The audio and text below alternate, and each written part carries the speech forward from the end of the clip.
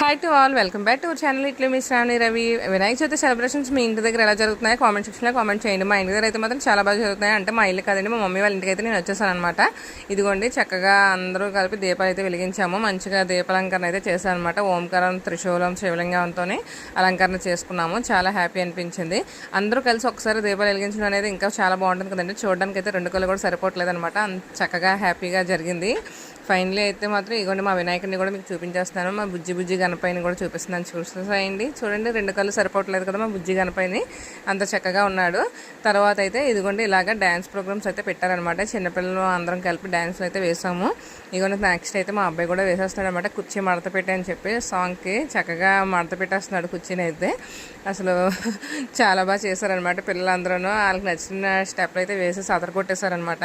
తర్వాత ఇదిగోండి chairs game అయితే పెట్టారనమాట, మ్యూజికల్ చైర్. నేను అందులో కూడా గెలిచాను. నా సెకండ్ రౌండ్ కాకపోతే నా వీడియో మిస్ అయింది.